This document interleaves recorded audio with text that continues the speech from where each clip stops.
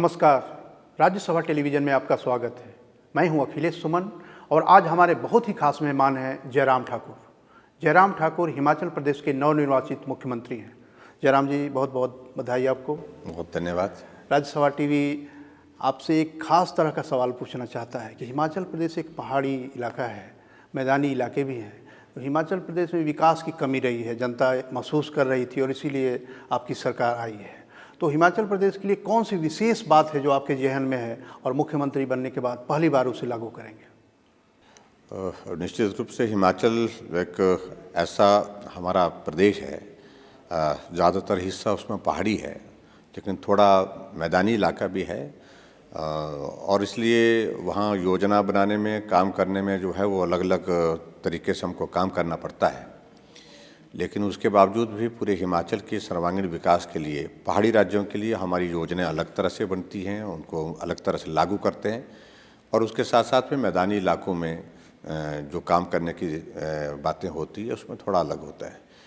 और जहाँ तक विकास की बात कर रहे हैं हिमाचल प्रदेश में, मुझे इस बात की खुशी है कि हमारी सरकार पहले भी जो रही हिमाचल प्रदेश में, उनने सभी इलाकों में, चाहे इलाका पहाड़ी है, चाहे वो शहरी इलाका है, चाहे वो मैदानी इलाका है, सभी क्षेत्रों में विकास की जहाँ जिस प्रकार की ज़रूरत थी उस प्रकार से काम करने की कोशिश की। और ऐसा सर महसूस किया गया, पिछले चुनाव के समय मैं भी घूम रहा था हिमाचल में, ऐसा महसूस किया गया कि मैदानी इलाकों में लोगों को यह खल रहा था कि हमारी तरफ पिछली सरकार ने ध्यान नहीं दिया। उसमें ख़ास तौर से एक बात ज़रूर आती है, पूर्व में जो सरकार रही वो शिमला ज़िला से थे।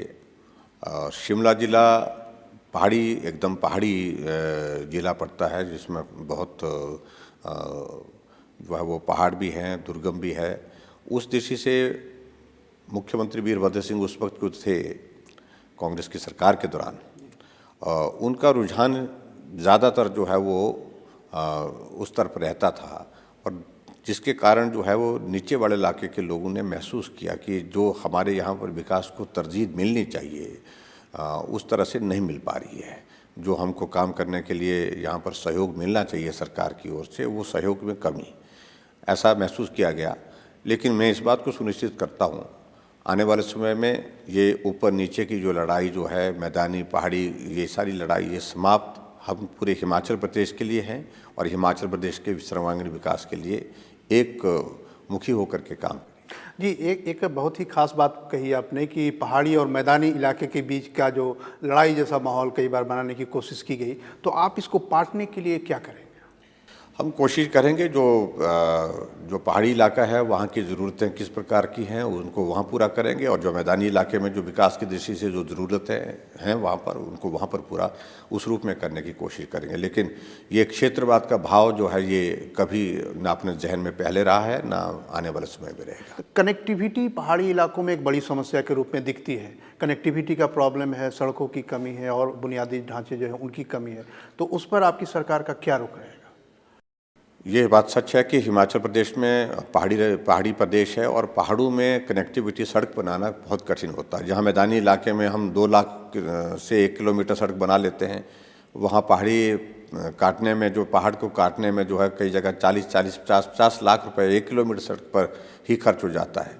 ये एक चुनौती है, कठिन है काम, लेकिन उसके बावजूद मुझे इस बात की खुशी है कि केंद्र सरकार हमारी आदरणीय नरेंद्र भाई मोदी जी के नेतृत्व में जो है वो हिमाचल प्रदेश के विकास के लिए खास तौर से कनेक्टिविटी, और हमारे केंद्रीय मंत्री नितिन गडकरी जी ने हमारे हिमाचल के लिए नेशनल हाईवेज 4 लेन्स की झड़ी लगा दी, और उसके कारण जो है बहुत पैसा भी वहाँ पर अभी तक आ चुका है, बहुत सारा पैसा अभी आना बाकी है।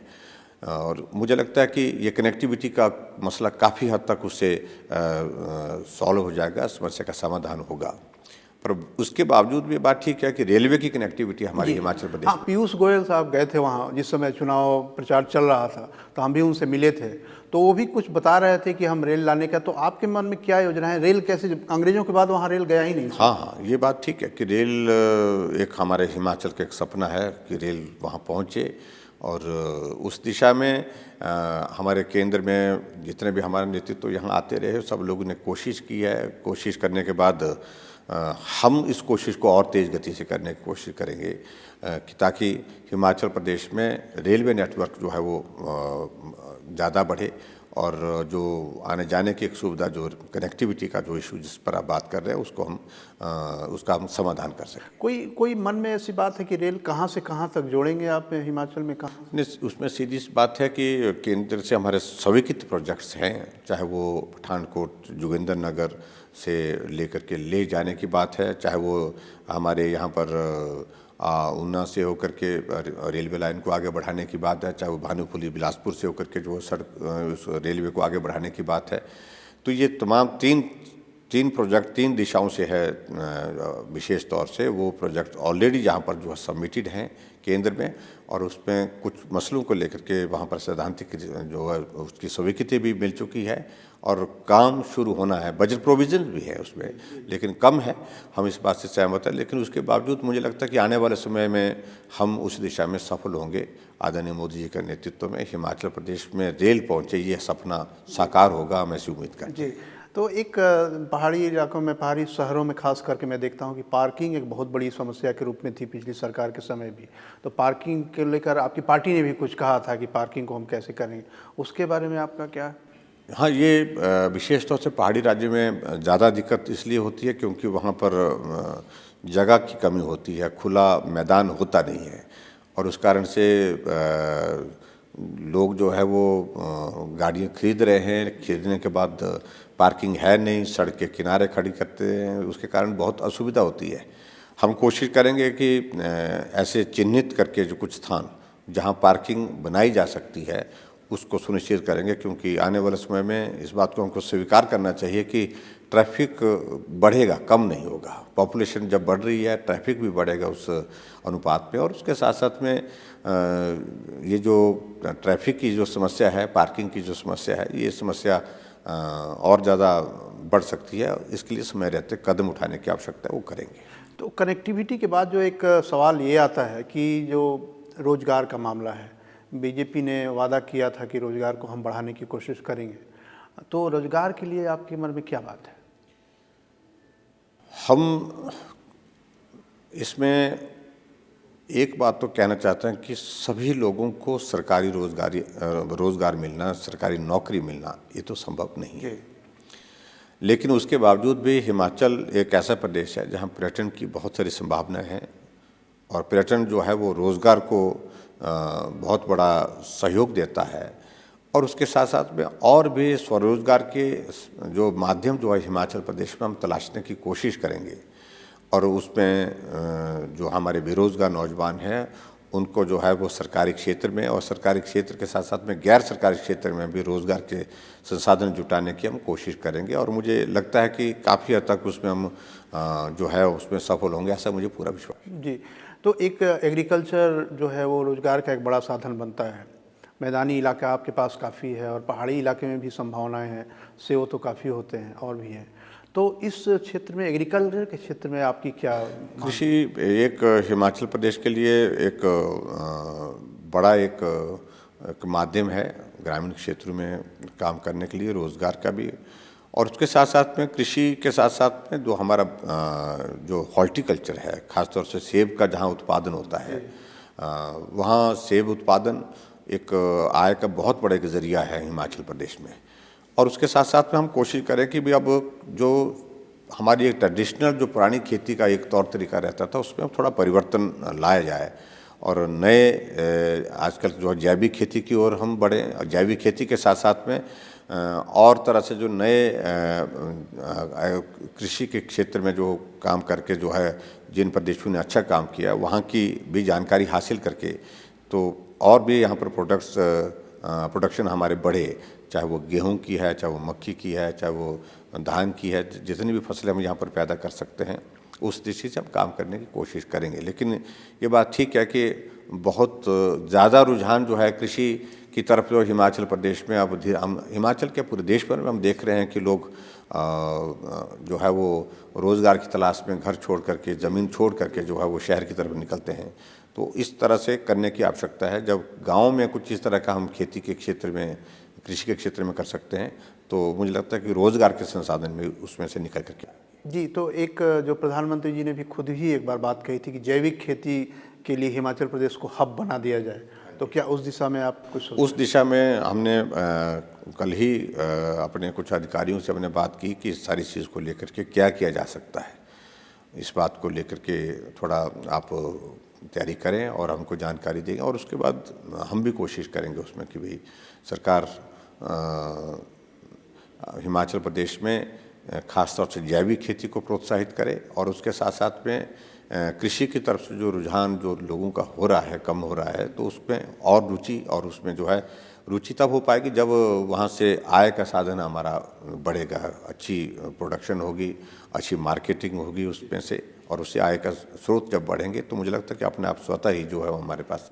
लेकिन मैं देख रहा था सर वित्तीय स्थिति हिमाचल प्रदेश की, तो मुझे लगा कि आपको एक कांटे का ताज मिला है जिसमें कि काफ़ी कर्ज है सरकार पे, तो उसको दूर करने के लिए और फिर नए वित्तीय व्यवस्था करने के लिए, उसके लिए क्या आप चाहते हैं? ये सचमुच में बहुत सबसे बड़ी गंभीर चुनौती हमारे हिमाचल प्रदेश में है। लगभग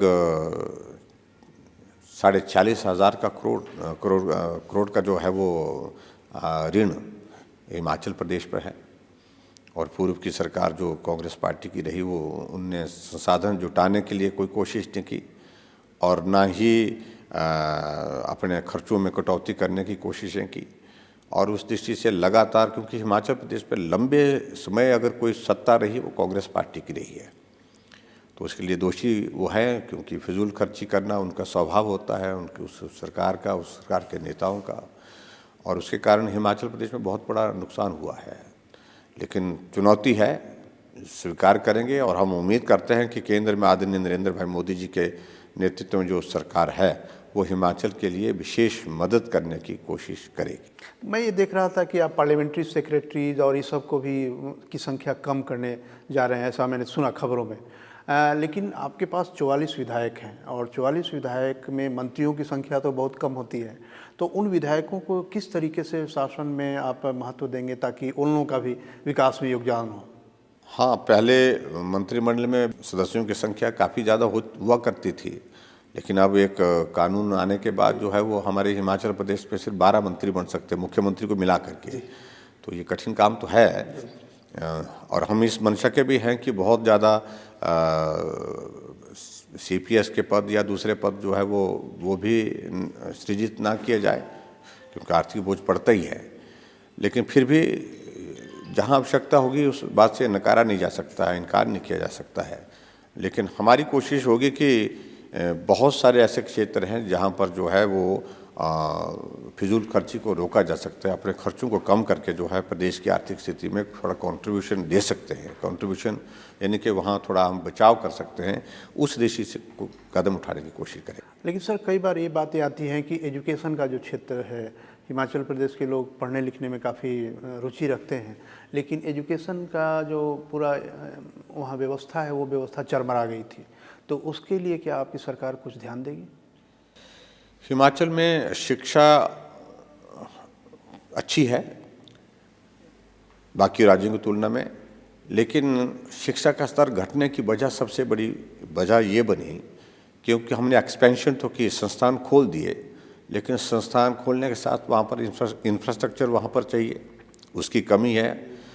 क्योंकि ज़्यादा संस्थान खोलने के बाद वहाँ पर इंफ्रास्ट्रक्चर वहाँ पर खड़ा करना, और ये फाइनेंशियल एस्पेक्ट भी उसका जो है वो देखना पड़ता है। और उसके साथ साथ में फिर स्टाफिंग की भी एक इशू है कि संस्थान खोल दिए, फट्टा लगा दिया, लेकिन वहाँ पर स्कूल खोला है लेकिन मास्टर है नहीं, अध्यापक नहीं है। वो मुझे लगता है कि थोड़ा हफजत जिनको बोल सकते हैं कि गलत तरीके से एक्सपेंशन, हम एक्सपेंशन के विरोधी नहीं, लेकिन उसके बावजूद हम धीरे धीरे उस काम को करते। लेकिन जहाँ संस्थान खोलते हैं वो संस्थान में वहाँ पर भवन हो, वहाँ पर भवन बनने के साथ में वहाँ पर अध्यापक हो, इस बात को सुनिश्चित करने की आवश्यकता पहले है। तो ये मामला पूरा एक तरीके से शासन प्रशासन की जो संरचना है उसकी चुस्ती है उससे जुड़ी हुई है। कहते थे लोग कि वीरभद्र सिंह जी के समय में प्रशासन चुस्त नहीं थी, लॉ एंड ऑर्डर की स्थिति खराब थी, तो यह आपकी प्राथमिकता में कितना नंबर पाएगा? ये निश्चित रूप से है कि मैं देखा कि पिछली सरकार में कानून व्यवस्था के सिलसिले में बहुत खराब स्थिति रही है। और वजह यह है कि सरकार में मुख्यमंत्री जी उतना समय नहीं दे पाते थे। जो कुछ लोग सरकार को चला रहे थे वो चला रहे थे, अपने हिसाब से चला रहे थे, और जिसका परिणाम ये हुआ कि देवभूमि हिमाचल जो पूरा देश भर में जाना जाता है, वहाँ पर गुड़िया कांड जैसी घटनाएं होना, होशियार सिंह की वहाँ पर हत्या होना, फॉरेस्ट गार्ड था एक, तो उनकी हत्या होना, ऐसे कई मसले ऐसे हैं जो कानून व्यवस्था पर एक बहुत बड़ी चुनौती खड़ी कर प्रश्न चिन्ह खड़ा करके चले गए हैं।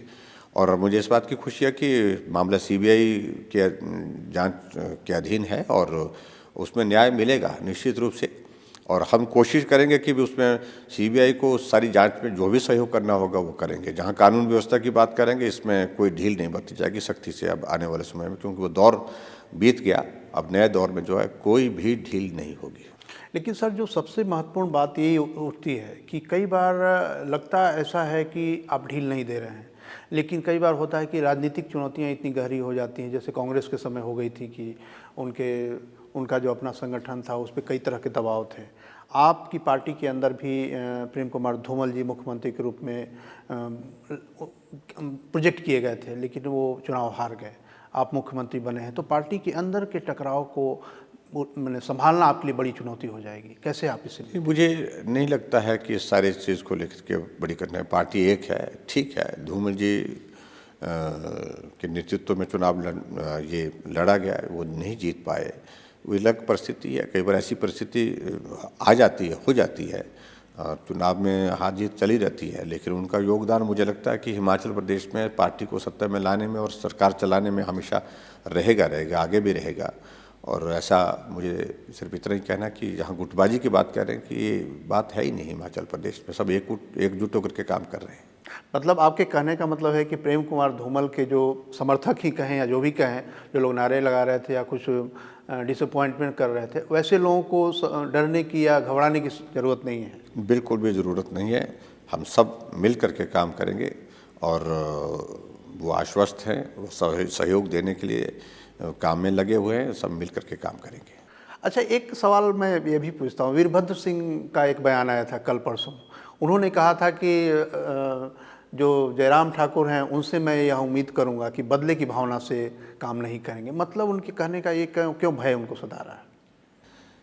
नहीं, मुझे लगता है कि उन्होंने यही बात कही होगी, बदले की भावना से काम ना करे सरकार। और मैं इस बात को बड़ा स्पष्ट करना चाह रहा हूँ कि बदले की भावना से काम करने का सवाल ही पैदा नहीं है।